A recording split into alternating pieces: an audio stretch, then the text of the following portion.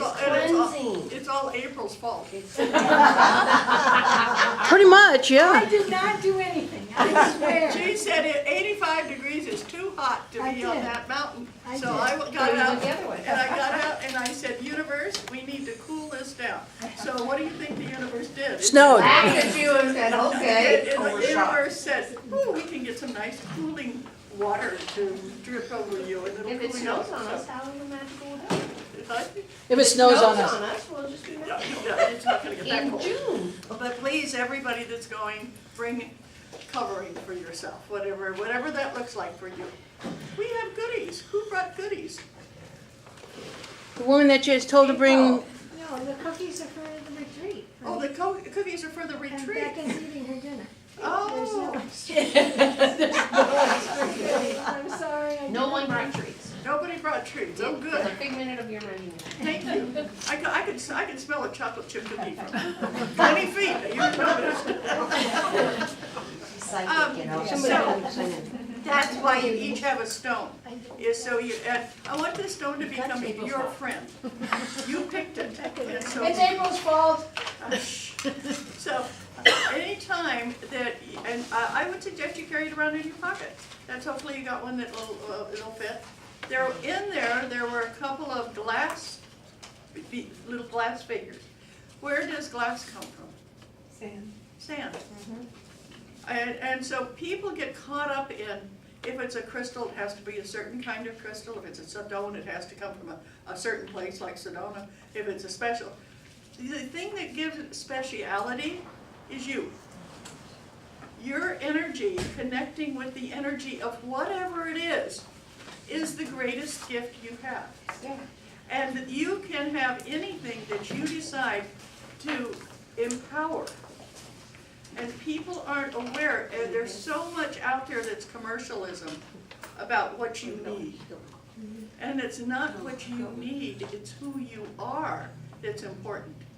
You could have the world's most fantastic edifice that you live in, and that doesn't make you the greatest person. That's the same way all the way down to stones. You don't have to spend. I had a lady that came in one day and said, "Look at this pyramid. And isn't it beautiful? And it'll solve all my problems." Well, if she believes strongly enough in that pyramid, it will. But it's her that has the power, not the pyramid, not the stone. But when you talk to a stone and you two become simpatico, and you two can communicate, then it can be a good luck charm. How many of you have kids that would go gather seashells or gather stones or gather things, and they would just sit enraptured because they could feel that energy? Somehow, as we get older, we don't particularly get wiser when it becomes metaphysical. Because so many times a 2 or 3-year-old is just so delighted with something like a shell or a stone because it talks to them. And as we get older, we stop hearing, listening, or seeing, or feeling. And so things stop talking to us. So what I want all of you to do is start finding that part of you that can talk to a stone, can talk to a crystal. Okay? And because the more you talk to that, the more you're going to find you're listening. And you start listening, and then you can start listening to people. For those of you who do psychic work, one of the most difficult things sometimes is for you to get out of your own way. So practicing listening to a stone or a stone is a good way to find you and it in connecting. How about trees? How many of you talk to trees? I find that redwoods are great listeners. And we have 4 of them out here in our parking lot. And 3 of them are great listeners, and the other one's a good gossip. That tree will tell you everything that's going on. And it's so amazing. You go and you go and you put your arms around it, and and you can say anything. The trees are listening. You get to this other bit, and it goes, "You know that ash down there went out of that ash. You can hear it. It is just, it's amazing." So start, don't just talk to the trees. Listen to them and find out what they have to say. Now, redwoods, because they have been around for so long, are the best trees to start with. They are wise, they're ancient, they have so much energy. And if you happen to have a redwood tree on your property, just start talking to it more. Or find a group. The ones that are really, really gossipy too are eucalyptus. I don't know what it is about eucalyptus trees, but they just really like to chat. So this whole thing about the elemental kingdoms is that there are spirits that inhabit all these things. And there are spirits in the water. There are spirits in the air. There are spirits in fire. And on this elemental kingdoms, I went through and started talking about fairies. Because when we were at the James Lick Mansion, they had a wonderful fairy clan. And I would take people out to hear the fairies or to talk to the fairies. And the people that heard them most were probably under 7. They would go out and then you would go, I can hear them. And you go, yeah, what do they say? And they loved me. And they'll say, they loved me. Yeah. But those fairies were so amazing. And you could hear the kids giggling all day. And that's what it was. They were feeling that fairy energy. Well, that fairy energy is connected with the earth. And when they are really earth beings, they're called gnomes. Fairies and gnomes are virtually the same. But gnomes are from really earth-bound here. Where fairies are a lot more like sprites.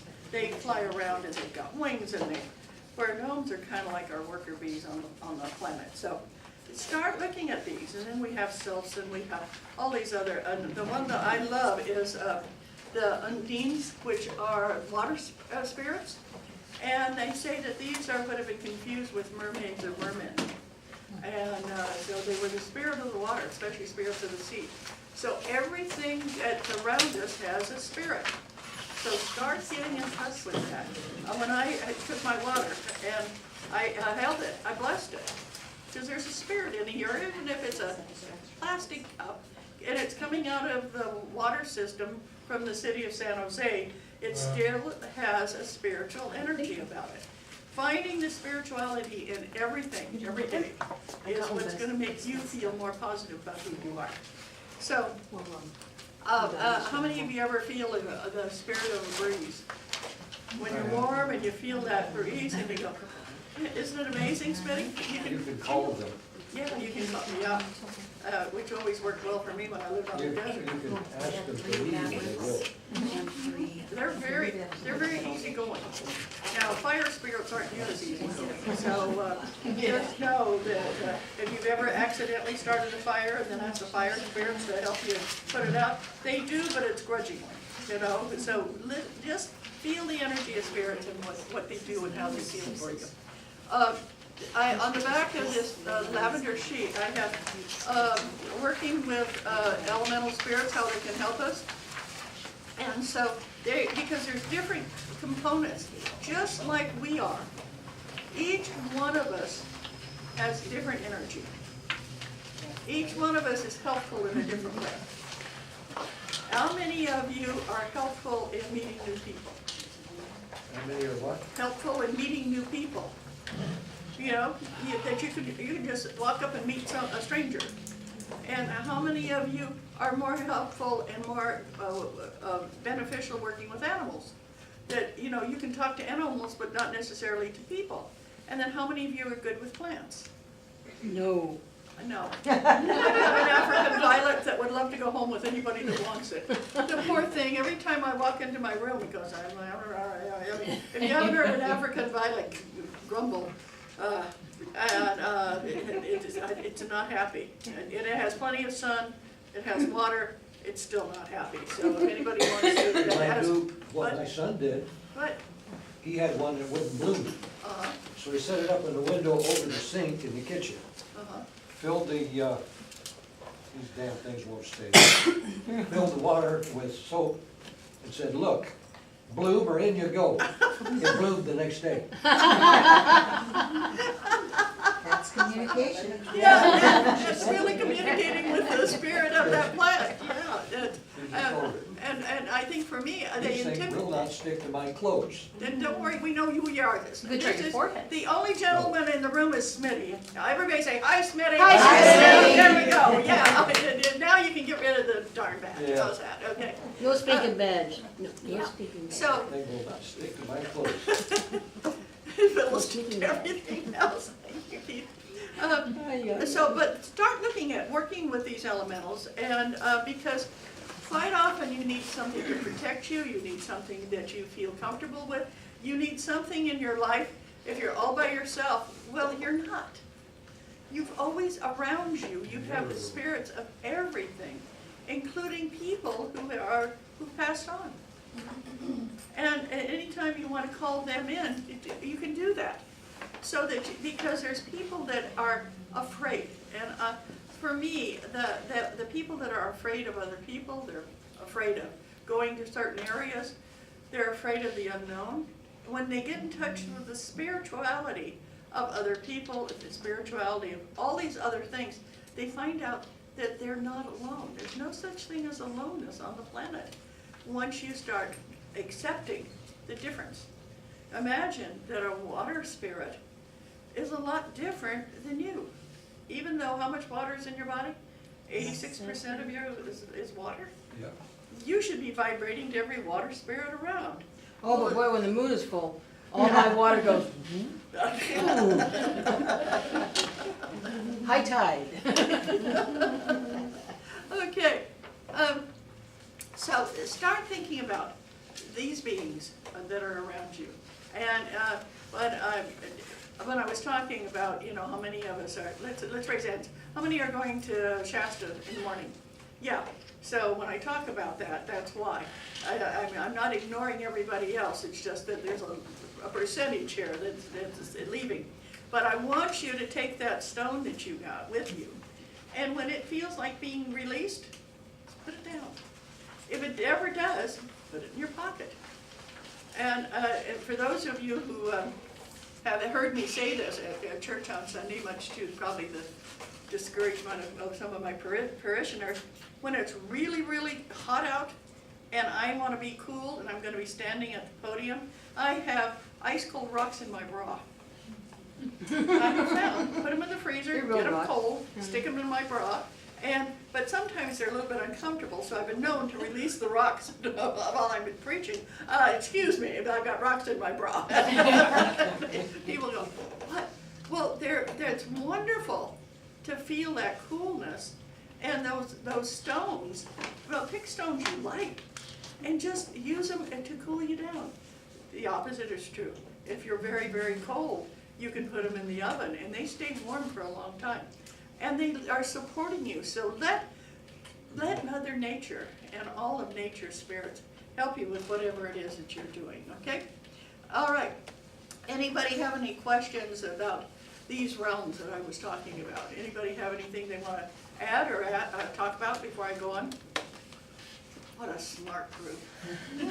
And Cheryl, could you move either to the left or to the right, because I can't see that beautiful lady behind you.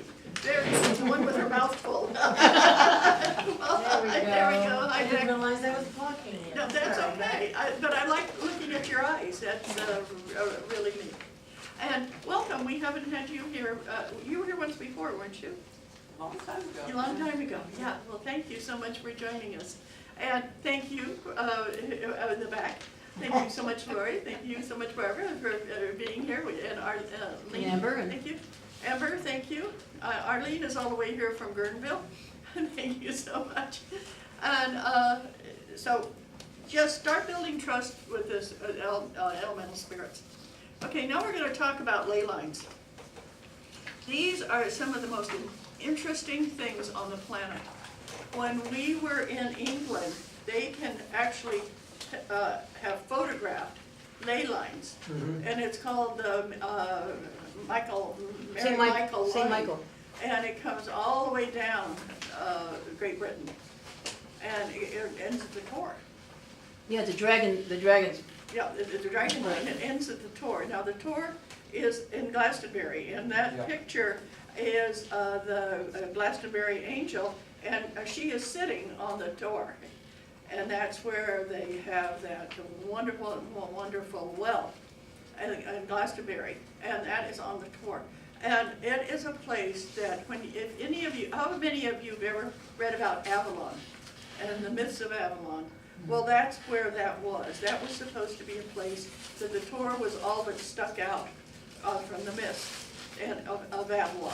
And that's when, if you read any of those wonderful books, you'll read about the bells. Well, the Torah used to have bells, and it's part of a myth and it's part of reality. It's amazing. But the ley lines, and they feel, and so many people, that the ley lines have been known for centuries, and that's what Stonehenge is built on, that's what Avebury is built on. All of these wonderful spiritual places follow those ley lines, and you can actually see them. When I was there, we were still in the midst of the crop circle hysteria, Phenomenon. for want of a better word. Everybody had crop circles and all that. And I asked Mom, I said, oh, are those man-made? Are they coming from ETs? Where did the crop circles come from? And he said, the land. Yep.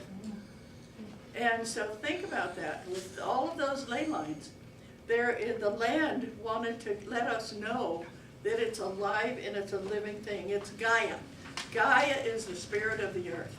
And Gaia was talking to us, and then it became crazy. It became commercial. It became, everything was tromped on, and the energy wasn't there. But those crop circles were where the ley lines came together and formed a circle. One of the best examples of ley lines, even you've got straight lines, but I don't know if you've ever done this where you can actually make a circle out of straight lines. Well, that circle is very, very important and was for indigenous people. The best example is Palo Alto. If you never noticed, Palo Alto, everything is built in a circle. Mm-hmm. And that's because they followed the lines that the Native Americans followed. And the Native Americans followed the animals that they found that when they made pathways, when they were going to water, when they were going to places for food, the direct line they took was never the shortest. It was a direct line following the ley lines. So ley lines are incredibly exciting and interesting when you start looking at them. Sometimes you can feel them. Yeah. If you're into being able to feel Mother Earth, you can actually be walking and feel something beneath your feet that's pulsing. It has an energy.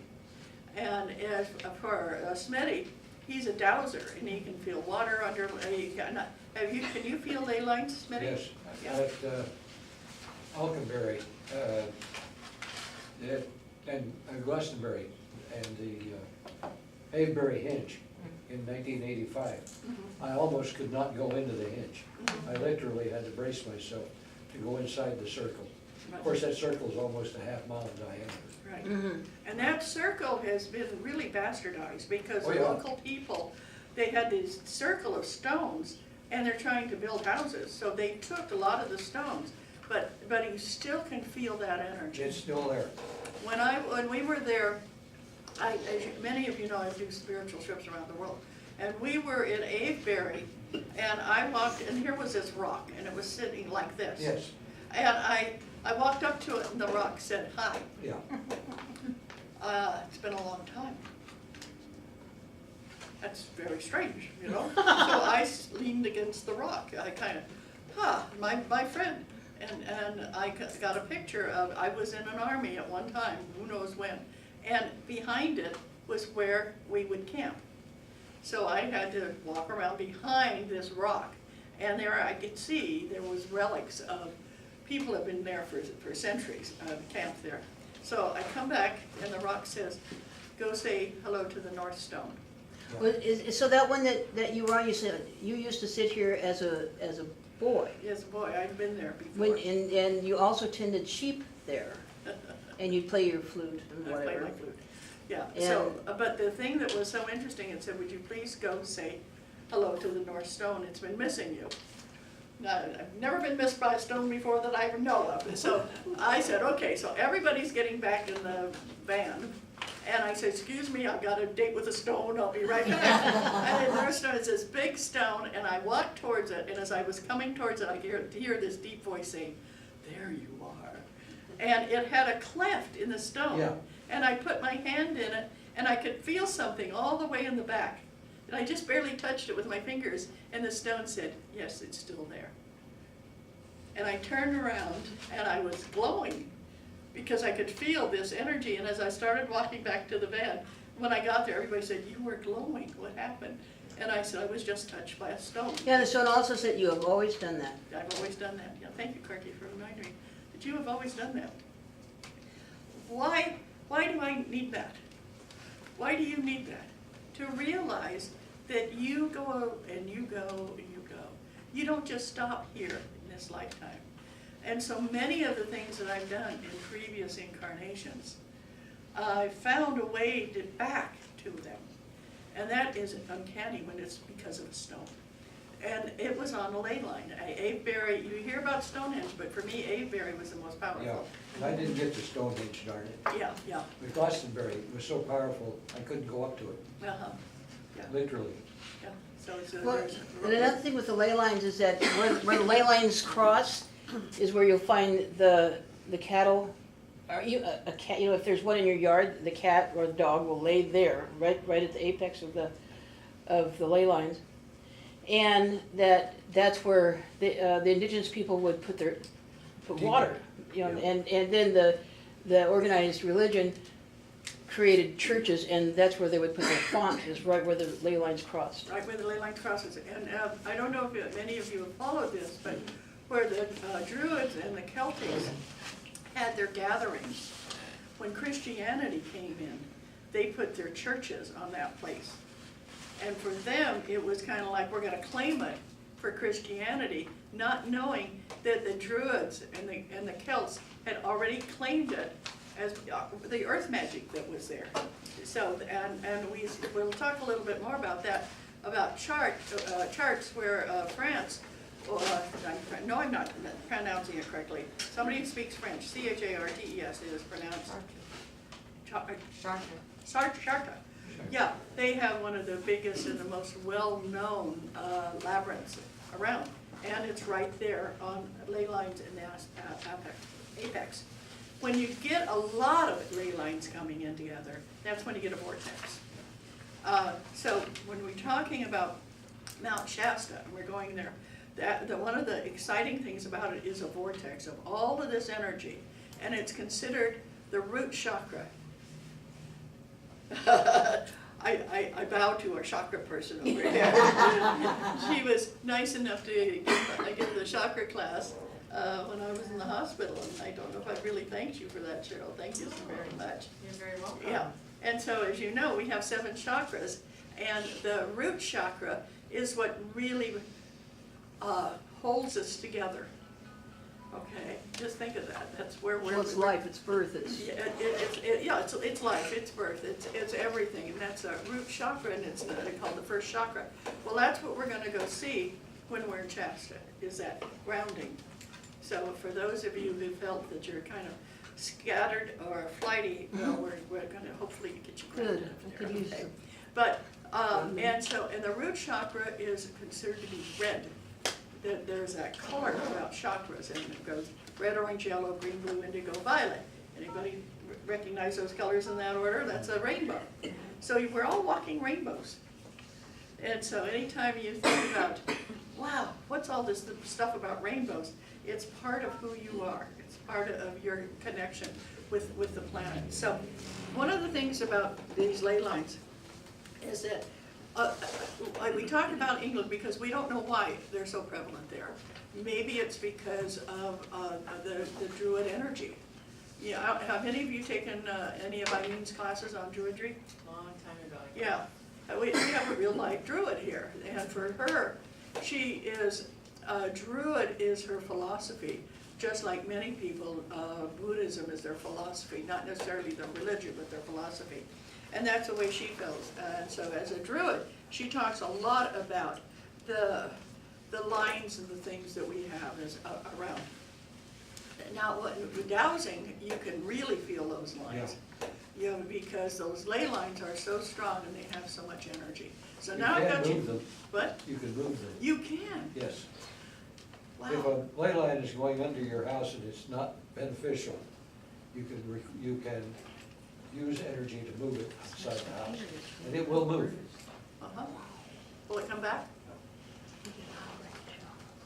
I've never heard that before, thank You you. can for move it sharing up over with the us. house or around the house. Around the house, okay. It will go around.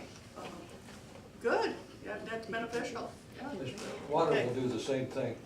Okay, so, many shamans, the native people, many shamans have used these ley lines to work with, to find a place for the best place for the people to put their hogans or put their teepees or wherever.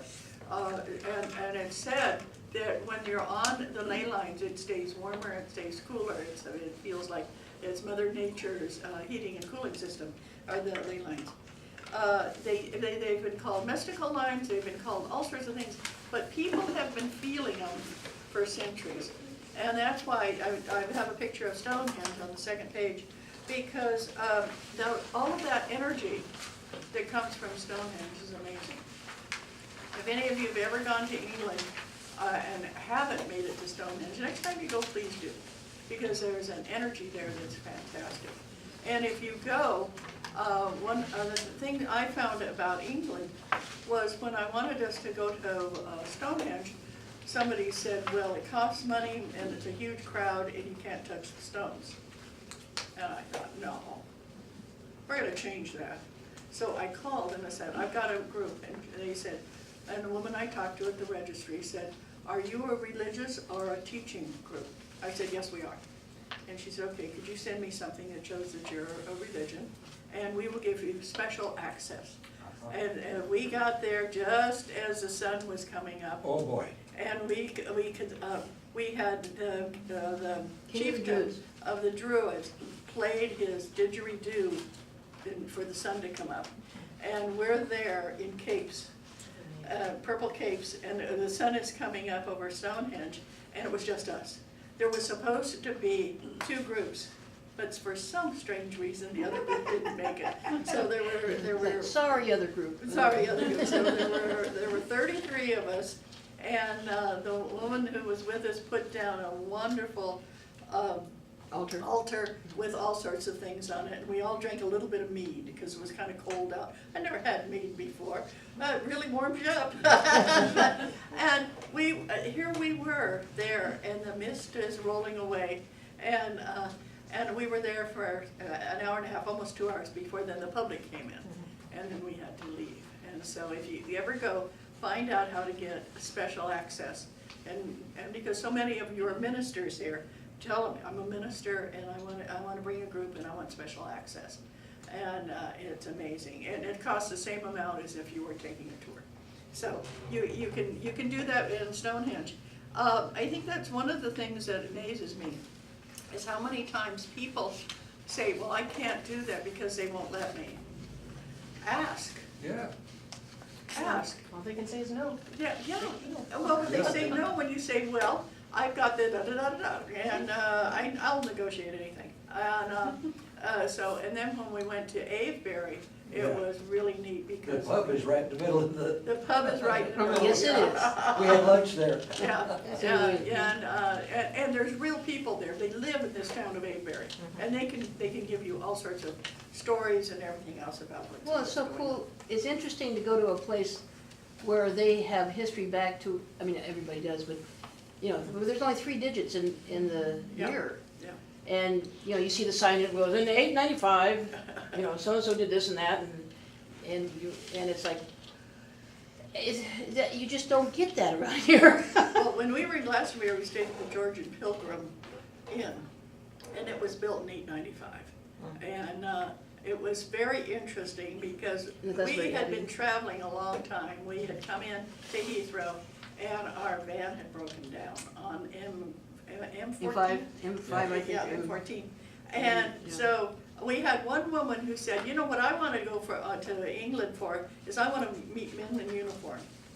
Boy, she was a good manifester, right Boy, she away. could manifest. We had the police and we had the fire department. We had more men show up. So And even mechanics, you know, they're in uniform. so we finally got in late to our wonderful old hotel. And being metaphysical students, people got to the room and they lit a candle. Somebody lit a cigarette. Somebody else, I think, was smoking dope, I'm not too sure what that one was. And all of a sudden, set off the And alarm. sage Right. and, And sage. And the alarm started. Well, you can imagine, and we're in Glastonbury and something that was built in 895. Well, it just so happened that the fire, it was a volunteer fire brigade, were having a drink in the pub downstairs. So they had to run back to get their uniforms to come back. Well, by then. but they came in uniforms. They came in uniform. They weren't in uniform when the fire thing went out, but they were in uniform when they showed up. And so we hear this very British voice, a loudspeaker through the rooms, you shall shut down all fire sticks. And I thought that was nicely said, you know. Well, now some friends of ours went back a year ago and they have big signs. No, fire sticks allowed. cooking, no fire, no anything. Yay! And that, what, we were there in 99, I think it was. no, even before then, so. But the Americans were here, yeah, so anyway. But there was, but that whole thing of it being so old and being there and seeing the Glastonbury Abbey, which is so old. The So wood if you- is so dry, they don't dare have a spark even. Yeah, right. So if you ever get a chance to go to any of those places, I think I did stay in Boon back in 2019. So. Yeah, that particular place, so what was it, the AMP, anyway, it was there for the people, when they would make their pilgrimage to the Glastonbury Abbey, Yeah. then they would spend the night, or they would spend their time there. Then they didn't stay at the Abbey, they actually, if they were visiting somebody, they would stay in the GMP, Georgian Pilgrim. And so it was there as long as the Glastonbury Abbey was there. And of course, It used to be a nunnery. yeah. Well, anyway, so talking about Glastonbury, the thing about it that was interesting was that you could feel the antiquity and you could feel the power and you could feel the energy. We felt that all over England. Yeah. We were in Glastonbury for lunch, Yeah. and we moved on, darn it. Yeah. That ley line is about, I'd say 60 feet wide, right up the middle of that town. And It's very strong. I had trouble crossing it. It felt like I was lopsided. Yeah, very, very, very interesting.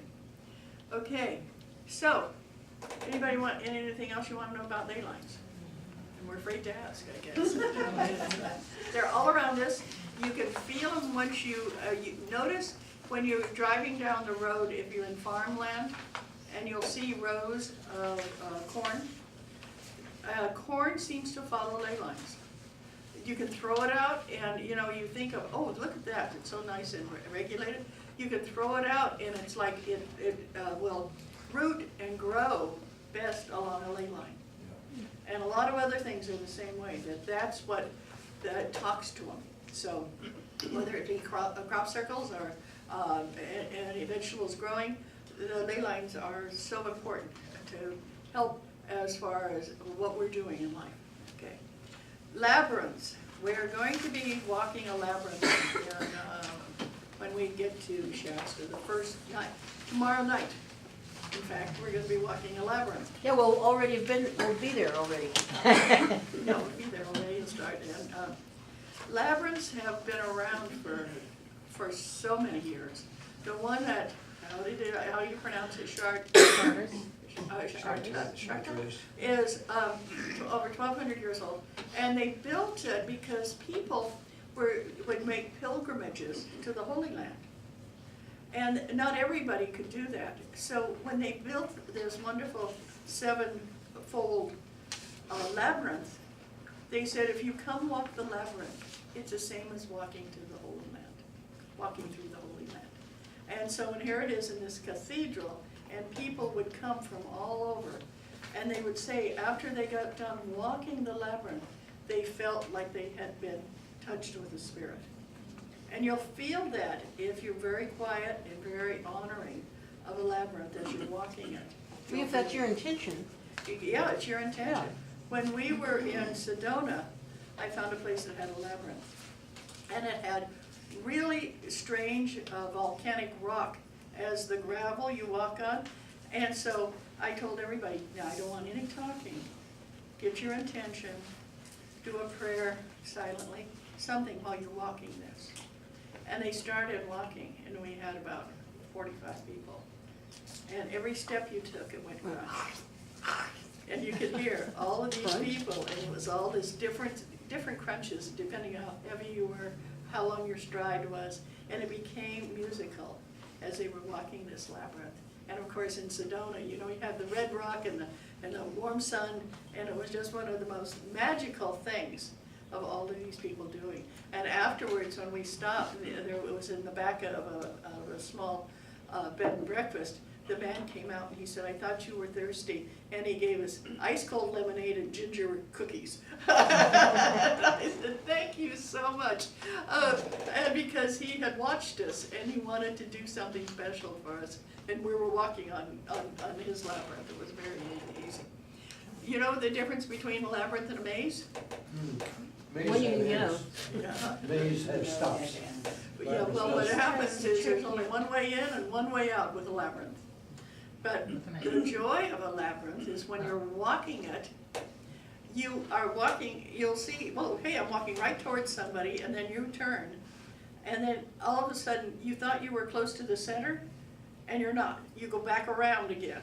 And it's the most amazing thing when you're walking a labyrinth. And then you finally get to the center. And if you want to, this would be a great place for you to put your stone. This is a center, and I'm centered. And when you walk out, you feel like you're unwinding. It feels like you're atop and you're going the other way or something. It's an unwinding. It's a most amazing feeling. And it's so symbolic of life. It's so symbolic of things. Yes, April. One of the symbolic of life is one of the things that it is for me, and one of the places it is at every switchback. When you come through and around a switchback and you turn and look back, you get a whole new perspective on where you were. Right. And how that has served me well throughout my life to recognize how often if I just stop and look back, I can really see where I've been and where I'm going with an intention versus just mindlessly moving along. And the same thing in the labyrinth. Right. To have the intention to, as you're going in, to receive in the center, and then as you come out, to integrate what you've been gifted. And you're right about, that's why I like to have something to leave in the center, because I'm receiving so much when you get there. So it's like your blessing, okay? And it's, they have labyrinths all over. They talk about if you've ever studied history and talk the Minotaurs were always in a labyrinth. I mean, labyrinths have been part of our history, our religious history, and our history, construction and everything else that have to do with labyrinth. And so tomorrow I want you to be calm. Take a nice deep breath. And just calm down and know that you are going to go inside so deeply when you're walking a labyrinth. And it's amazing because you're walking in and other people are walking out. And what I ask you to do is, as the person is coming to you, just very gently say namaste. So let's bless each other as we're coming and going on the path of life. It's a wonderful feeling that you have when you meet people, because you know you're all seeking inner enlightenment.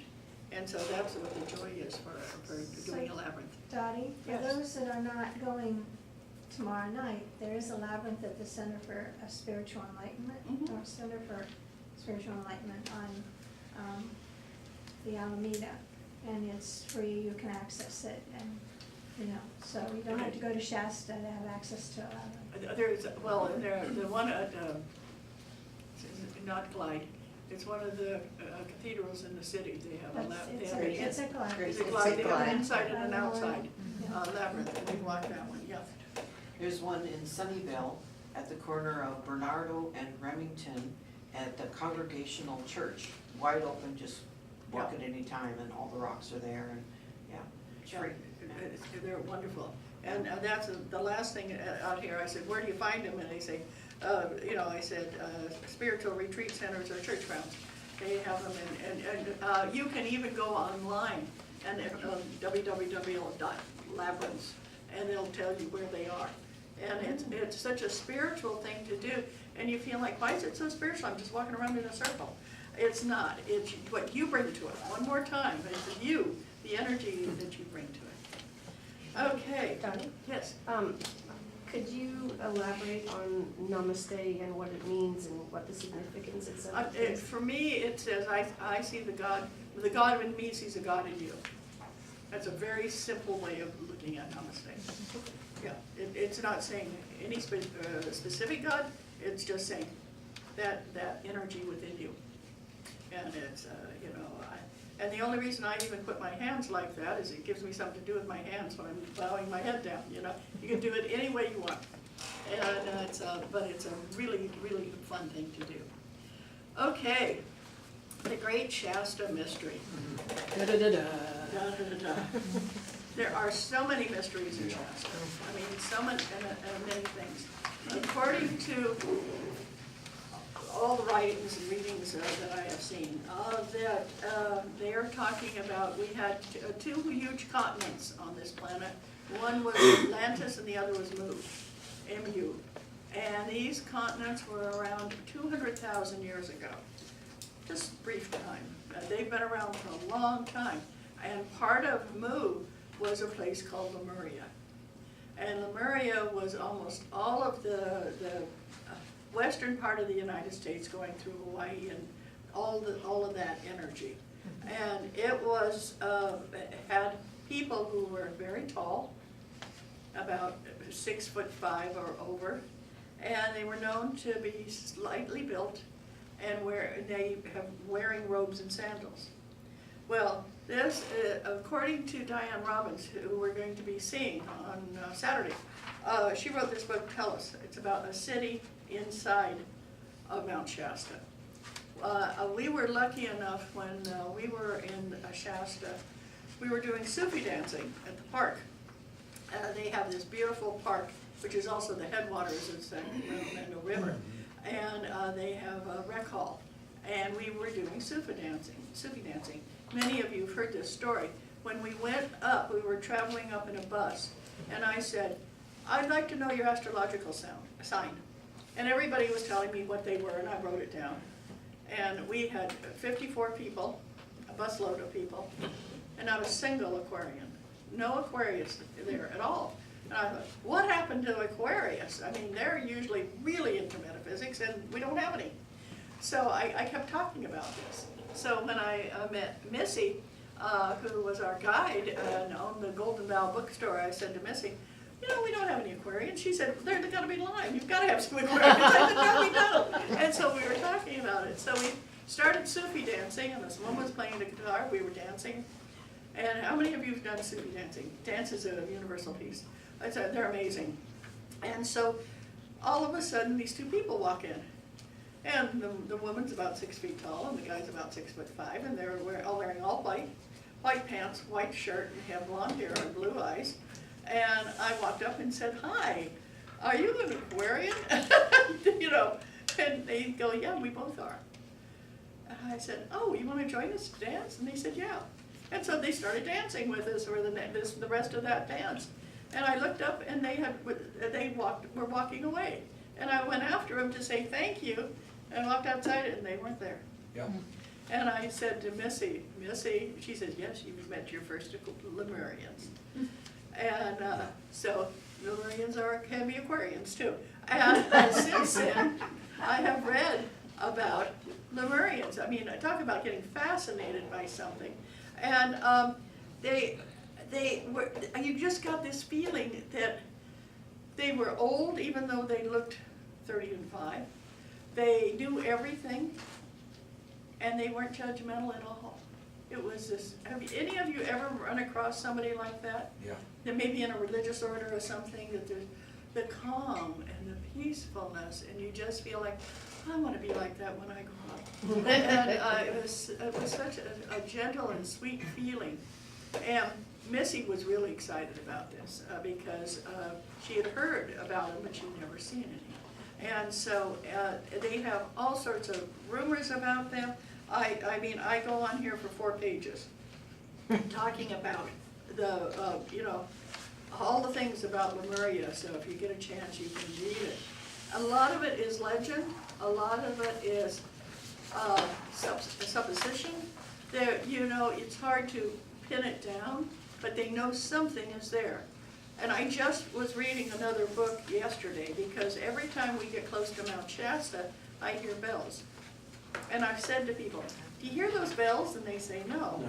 And I've always, and they're just light, and they're just, you know, these Like bells. wind chimes.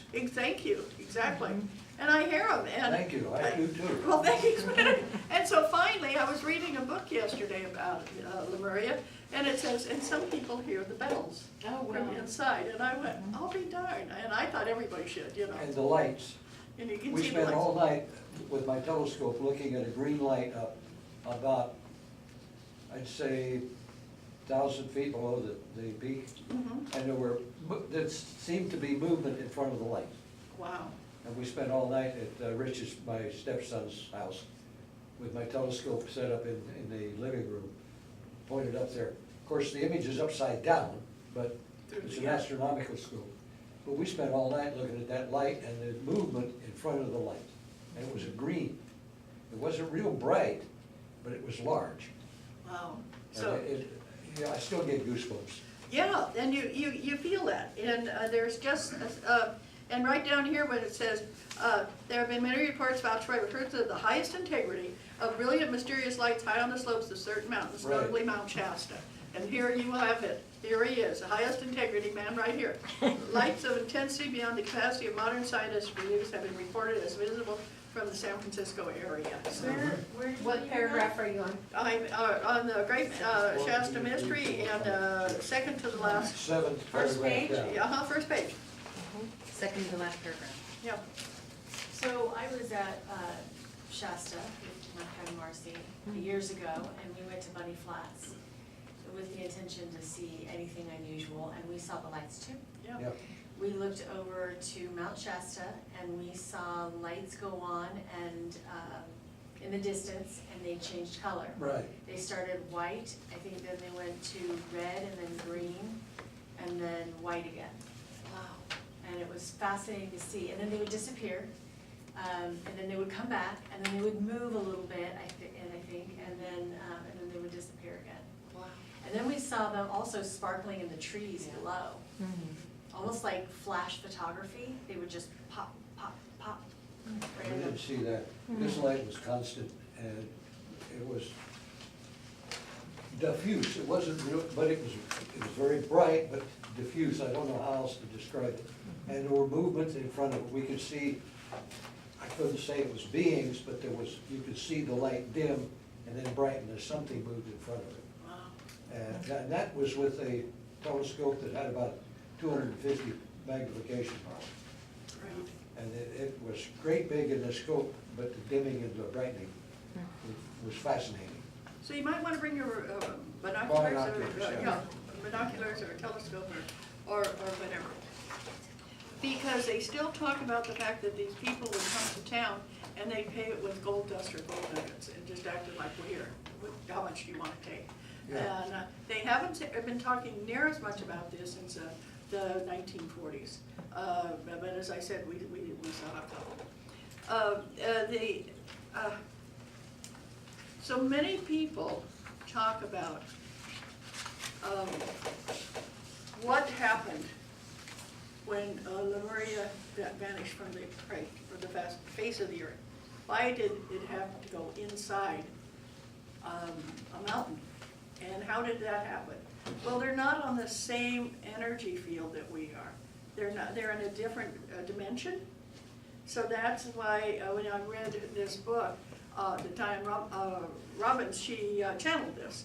She was living in New York and started channeling things about Tellus. So that's why I'm so fascinated by this lady. And anyway, all of the things that happen that she talks about inside the mountain are interdimensional. So that's hard for us to conceive of.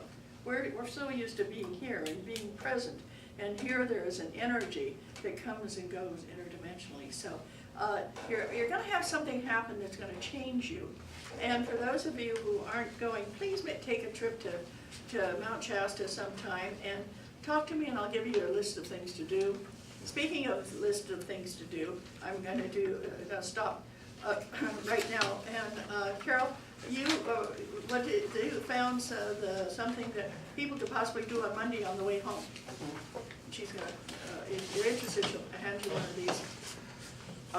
I've always wanted to see the Lake Shasta caverns, but when I called a few years ago when we were in the drought, they said, oh, it's like a mile walk to the cave entrance, and it's hot, and it's like 115 degrees, July 24th on my birthday, and I just got really discouraged. But now, I was talking to a lady about things to do up there, and she said, well, we've had so much water, the water has gone right to the entrance of the cave. So what we do is, when you come to the parking lot and buy your $28 ticket, we give you a boat ride, we give you a bus ride, and we drop you off right at the entrance of the cave. Oh, right. So, and she said, people come from all over the world to see this cave, Yeah. you know. And for $28, a boat ride and a bus ride and an hour tour in the cave. And then she said that, I think it's like 200 steps total in the cave. But if it's too much for you, halfway through the tour, the tour is an hour, but halfway through the tour, you have a chance to bail out. They have an exit door halfway through the tour. You could go ahead and do the full hour if you can keep climbing stairs, but if it's too hard, Yeah. then you can stop and go back to the place to wait for the bus to go again. And the tours run every half hour. So When do they start? 9 a.m. to 4 p.m. Okay. So every half hour, so whenever we get done with everything we're doing in Shasta, it's a mile and a half off of Highway 5. And I have all the directions and the address and things, so that, and phone number and things if anybody wants. If anybody wants a flyer, I'm happy to give you one, but if you're not at all interested, don't take one, because we only have so many. Well, why don't you give me the number and I'll call and see if we can't get a discount for a group. That'd be great, that would be great, Dawn. No, I think you'd all have to go at the same moment. no, Never know. well, we could find out. Yeah, you never know. Yeah. All they can say is no, or yes. Remember, that's what my Amanda favorite said. expression. All they can say The is only no. thing they can do is say no, they can't send me back over Yeah. Vietnam. Carol, Kim wants So one this is an too. opportunity It'll here never hurt to nobody. do this. Yes. Thank you so much, Carol. Yeah. And Carol, could you elaborate on what's so special about the cave? I don't think I They are- got that. Go on the website and look. They have pictures of the cave and pictures of what it looks like and pictures, you know, you'll see them. So But it's colored something rock people, and. yeah, people come from all over the world to see this, because this is one spectacular cave, yeah. California School did a tour of that cave. That's great. One car. Thank you. Okay. Thank you, Carol. Yeah. Carol, do you think I should make some more? I'm going, no matter Okay. what. Hey, Carol, do you think I should make some more? I don't know, There's more people maybe, because we're gonna be sitting at 3 o'clock waiting for our room. Yeah, So well, I'm gonna hand why don't I it go out. make us Yeah, another? we'll make some and I'll call, try and get a hold of Yeah. the people and see what they have to say, because, yeah, depending on when you get up there, you can't check in till 3, but you have, tables with umbrellas where you can sit quick. There were 2 of these. Oh, thank you. Okay. One of the things that happened when we were in McLeod, how many of you have ever heard of McLeod? It says right here, it says 20 or more should call for a reservation, but we could come as we, get done. Well, I'll talk to them. Yeah, thank you. And so McLeod has some of the most beautiful waterfalls I've ever seen. And when I went to McLeod, and McLeod is on the downward slope of the mountain, all of a sudden I could feel Native American energy, and I heard giggling and laughing. And that's where they spent their summers on those McLeod rivers, because there was fish, there was, everything you could think of. But I could hear the kids laughing, and it was so neat to do that. so we got back to our hotel. We were staying at the Stony Brook Inn, and in McLeod, which is no longer there, unfortunately. And I was talking to the owner, Nancy, and I said, so, have you seen anything unusual around here? And she said, well, you know, I live up on the hill. I said, where? And she said, oh, I live on Shasta. I live about a mile up on the side of on the other side where the lavender farms are. And I said, oh, and she said, and my partner was, he and I had been living there for about 5 years, and we had our animals and everything else, and he had a job that took him back east, and he was gone for 2 weeks. And he left one night to go down and catch the plane and fly out of San Francisco, and all of a sudden, my cats started wanting to get out. And most of it, my cats are inside cats because they have animals on the mountain, and I didn't want them to be hurt. And they made such a noise and such a racket, so finally I let them out. And then I got this feeling I was being watched. And she said, and I went outside and I looked, and all the cats ran to the same place, and there was this being that just moved and saw me looking and sat behind a tree.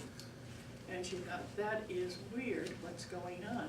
And for the next 2 weeks, her cats couldn't stay in the house, and every time they came back, they smelled awful. And they would go out there, and then they would come back, and she said, and my honey came home, and the cats didn't care. They didn't want to be left out, and I never saw that energy again. And I said, what was it?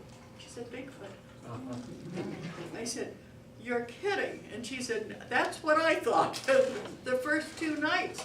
But she said, I've never felt as protected being there all by myself as I did knowing that being, and she said, and I have to say being, she said, I know it was tall, and I know it was wide, and I know that it could feel me because every time I'd come out, it would very gently move so I couldn't see it. The dogs didn't like it at all, so I didn't let the dogs out because I didn't want the dogs hurting it. They were really angry, but the cats loved it. And so if you ever get a chance to read about Bigfoot, you'll find that's one of the things everybody says is there's a smell, and the cats love the energy. So there's not just tall Lemurians, there's also this energy. All these legends that you believe when you're there, and you take home energy. Yep. This belief of there's something special about this mountain. And the fact that worldwide they feel that it is that root chakra. It's the wheel of life. It starts out with Mount Shasta. What's fascinating up there for me is the extent of the area of the volcanic rocks out in the fields. Yeah, that really And blew when it the magnetic compass goes haywire up there. And you'll notice it doesn't look like one mountain. It's because there's one mountain and then there's the other vent, which they call Shastina. And so that's why it goes like that. Yeah. And then there's Black Butte, which has its own special energy. Yeah, Yeah, I mean, it's barren and it's black and it just sits there. it's a cinder mountain. Yeah, it's just, so, yeah, there's something happened there. ET energy. We have found when there's a lenticular cloud, that's a cloud with a flat bottom, it feels like you're being watched. And so we have had, hello Mel, when we were in Sedona, I was talking about it, I feel that when there's a lenticular cloud, there's some ET energy, because you get a sense that it's there. And so everybody goes, yeah. So we were sitting there on Bell Rock, and we have, how many of you have been to Sedona? Bell Rock has its own energy. And so here we are, we're sitting there, and this lenticular cloud is just sitting. And I said, see that cloud? It's not moving. And they said, And yeah. the other clouds were.